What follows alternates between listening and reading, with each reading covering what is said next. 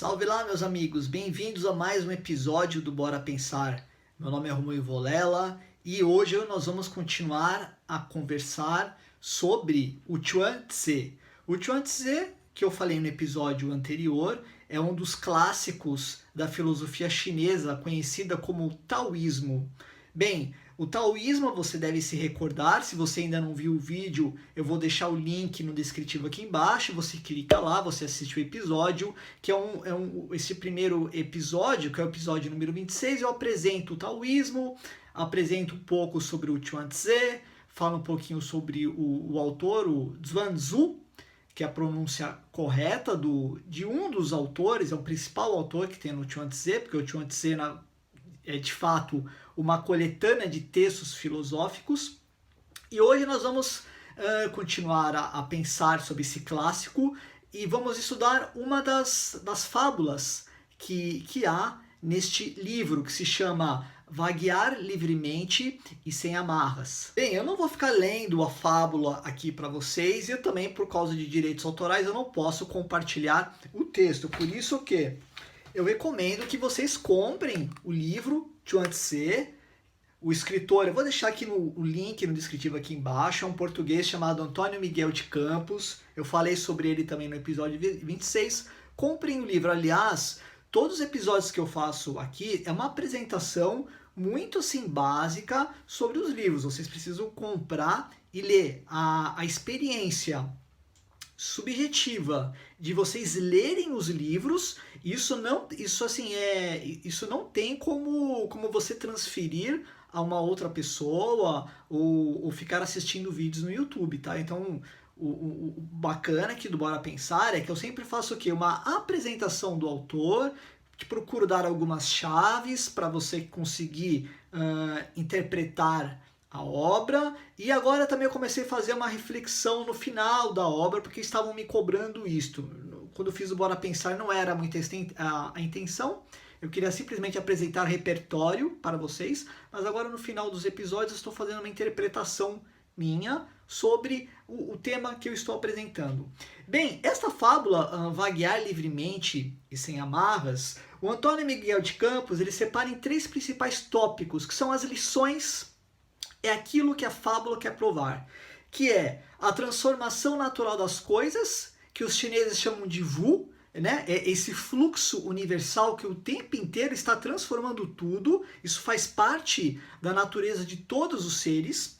O conhecimento perspectivo ou perspectivismo prático, eu falei sobre isso também no episódio 26. Ou seja, não há um ponto de vista absoluto sobre nada, porque tudo está em constante transformação. E o terceiro objetivo desta fábula é mostrar que a felicidade de quem vive de acordo com o Tao. Lembre-se que o Tao quer dizer o quê? Caminho, via. Então o taoísmo quer falar assim, olha, você precisa voltar para o Tao. E o que é o Tao? É você deixar de lado a racionalidade e você seguir aquilo que é natural em você. A fábula, em linhas gerais, ela conta a história, né, de um peixe que se chamava Kun. Cuidado com a pronúncia, hein? Kun, em chinês. Isso quer dizer o quê? Kun, o significado é ovos de peixe. E o Kun, ele cresce e ele vira um peixe assim gigantesco, né? Um lambari gigantesco com quilômetros, centenas de quilômetros de tamanho. E lá pelas tantas, o Kun, ele se transforma num outro ser, que é o Pang. Pang é uma águia tão grande quanto o Kun. E esse pássaro gigante, ele começa a voar em direção ao sul, ou à Lagoa Celestial.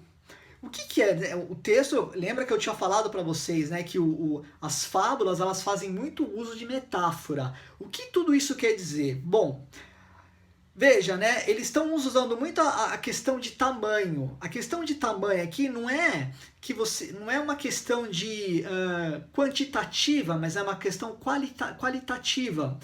O peixinho, né, o ovo, né, o ovo de peixe que depois se transforma num peixe grande, quer dizer o quê? A elevação mental. né? O desenvolvimento mental dos seres.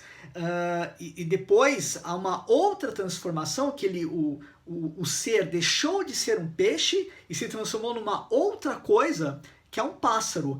Essa transformação é o que está por trás do taoísmo, que é essa constante transformação da nossa natureza. Por isso que o taoísmo fala, olha, não dá para a gente ficar vivendo sobre regras morais que nos dizem como nós devemos agir, como nós devemos pensar. Por quê? Porque isso não é natural, né? Existe um fluxo universal que ele vai transformar tudo o tempo inteiro. O peixe se transforma numa ave, né? Por quê? Porque uma ave, quando ela vai para o céu, ela tem muito mais espaço para voar. Ela precisa desse espaço. Até na fábula fala que o Pang, por causa do seu tamanho, essa ave ela precisava voar numa altura muito alta, mas muito alta, onde tinha um volume, uma intensidade de vento que suportasse o tamanho de Pang. Vamos fazer uma analogia? Você já sentiu a sensação? Isso pode ter acontecido na sua família, na sua empresa, de repente no curso que você está estudando, na sua faculdade, de que aquele lugar ele ficou pequeno para você? Você já teve essa percepção? Sabe? Às vezes está na sala assim conversando com a sua família tal, e você fala, meu, esse lugar ficou pequeno, né? Eu preciso de um lugar maior, eu preciso de ventos, né, que me façam voar mais alto. Isso é a transformação do ser. Ou isso às vezes acontece numa empresa, fala assim, meu lugar não é mais aqui, eu preciso sair daqui. Ou até mesmo numa faculdade, né? Às vezes você está na metade de um curso, você olha, você escuta seus colegas falando sobre algumas coisas e você fala assim, meu, isso aqui não é para mim, né? Eu preciso sair deste ambiente. Então, são essas ideias que estão por trás da história do Kun e do Pang, dessa transformação, né, da elevação mental, que exige até que a gente transforme completamente o nosso ser. E é isso que está por trás, né, do Wu, né, desse fluxo universal que transforma tudo e todos os seres. Bem, o segundo ponto que o Antônio Miguel de Campos ele evidenciou, destacou para nós, que é o conhecimento perspectivo, aparece na fábula através dos comentários assim um pouco maldosos da pomba, porque as histórias, não tinham a dizer, são cheias de animais fantásticos e tudo mais que falam. E daí o que acontece, né? A pomba fica rindo do Pang e falam o seguinte, né? Por que o Pang vai voar tão alto? Né? Por que ele quer ir em direção à Lagoa Celestial? Ou seja, a Lagoa Celestial pode ser uma analogia para o conhecimento infinito, né? Sem amarras, né? É em direção ao alto, porque assim não tem nada que te restrinja. E a pomba não entende porque o Pang tem essa necessidade. O que está por trás disso? É que a pomba e o grilo não são animais insignificantes. A natureza deles os impedem de que eles possam compreender a natureza do Pang. A natureza do Pang, por causa do tamanho gigantesco e colossal dele, ele precisa ir para o alto. Ele precisa de ventos fortes que o façam o quê? Que o façam se desenvolver mentalmente. Mas isso é da natureza do Pang. E não quer dizer que ele seja melhor do que a pomba e do que o grilo. Simplesmente ele tem uma natureza diferente. Então o que o Chuang Tzu diz? Que a pequenez, né? A pequenez não está no tamanho do ser. A pequenez está quando o ser não entende e não aceita a natureza do outro. Isso é algo bem legal do taoísmo. Eu acho que traz muitas reflexões para os momentos, para os problemas que nós estamos enfrentando mundialmente, não é só no Brasil, mundialmente, que é o quê? A nossa incapacidade, a nossa intolerância de aceitar a natureza do outro. A gente quer que o outro ele seja igual a nós. Então, o que o Chuang Tzu vai dizer? Isso não é natural. Cada ser tem a sua natureza, que eles chamam de natureza original. Cada ser está bem e pode ser feliz a partir da sua natureza.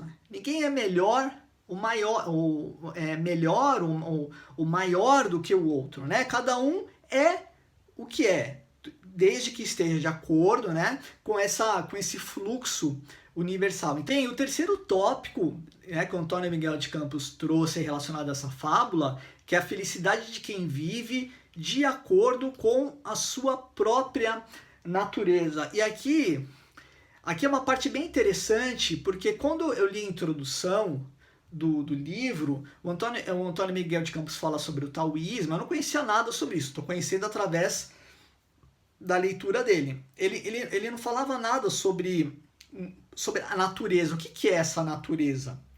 Ficava um pouco no ar.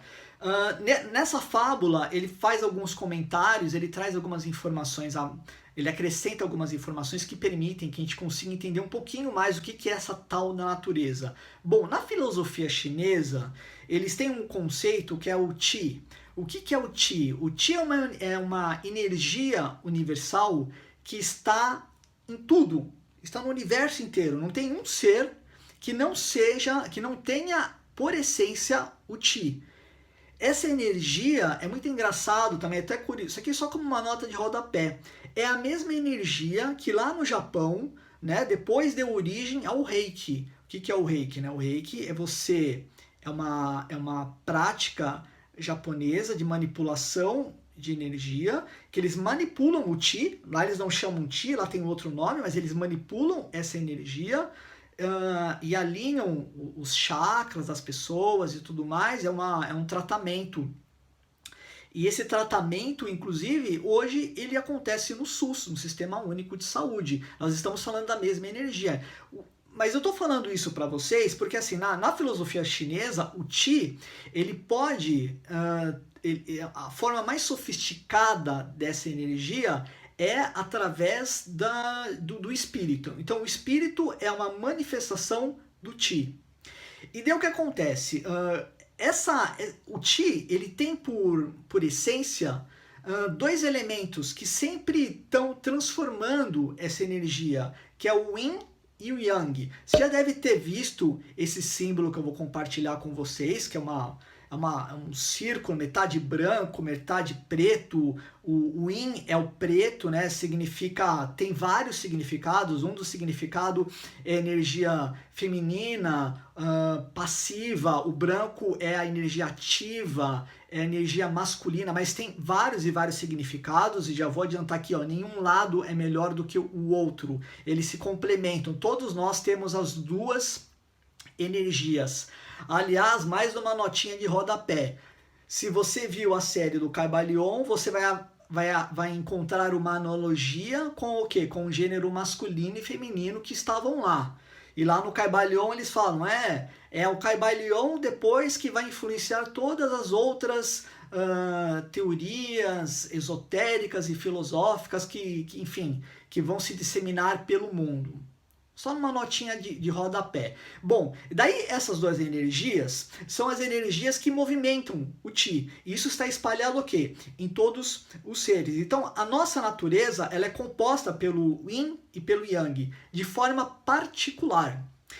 E daí nós precisamos o quê? O que é ser natural? O que é seguir o fluxo universal? É você deixar essa energia fluir naturalmente. E quando é que você não deixa essa energia fluir naturalmente? Quando você começa a pensar, quando você começa a sobrepor aquilo que vem de forma natural, aquilo que vem através de uma intuição para você, através do seu raciocínio. Então o raciocínio vai estragar, a racionalidade vai estragar e vai impedir que essa manifestação natural aconteça. Por isso que o taoísmo é uma teoria que fala, razão sai fora, né? Razão atrapalha. Vamos deixar o quê? O natural. É uma teoria filosófica que conversa e que está fundamentada no natural. Então, quando você deixa essa energia fluir de forma livre, sem amarras, você está em concordância com o fluxo universal e você está no tal.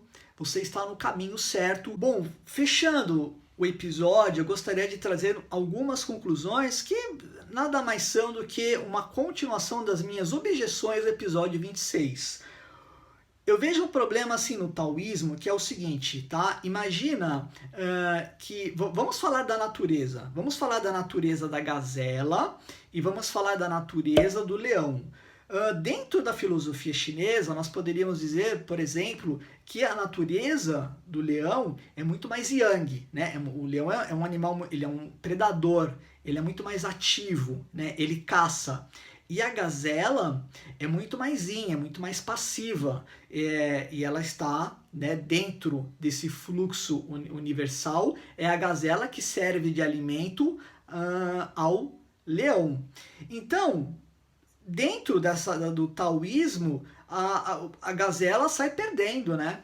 Por quê? Porque a gazela é a gazela, né? Ela está dentro desse fluxo universal, faz parte essas duas energias, a passiva e a ativa, fazem parte da natureza, não tem nada de errado. Agora, vamos substituir a gazela por uma pessoa negra. E daí você substitui o leão por uma pessoa racista. Você vai ver que essa analogia ela se torna problemática. Você pode dizer o seguinte: mas o taoísmo diz que todos nós temos que aceitar a natureza um dos outros. Pois bem, isso é verdade. Então não tem uma raça que seja superior à outra, mas a natureza de alguém pode colocar, o cara pode vir com o seguinte argumento: bom, mas veja, é natural que os leões eles dominem as gazelas, então é natural que nós, homens brancos, dominemos povos que sejam inferiores.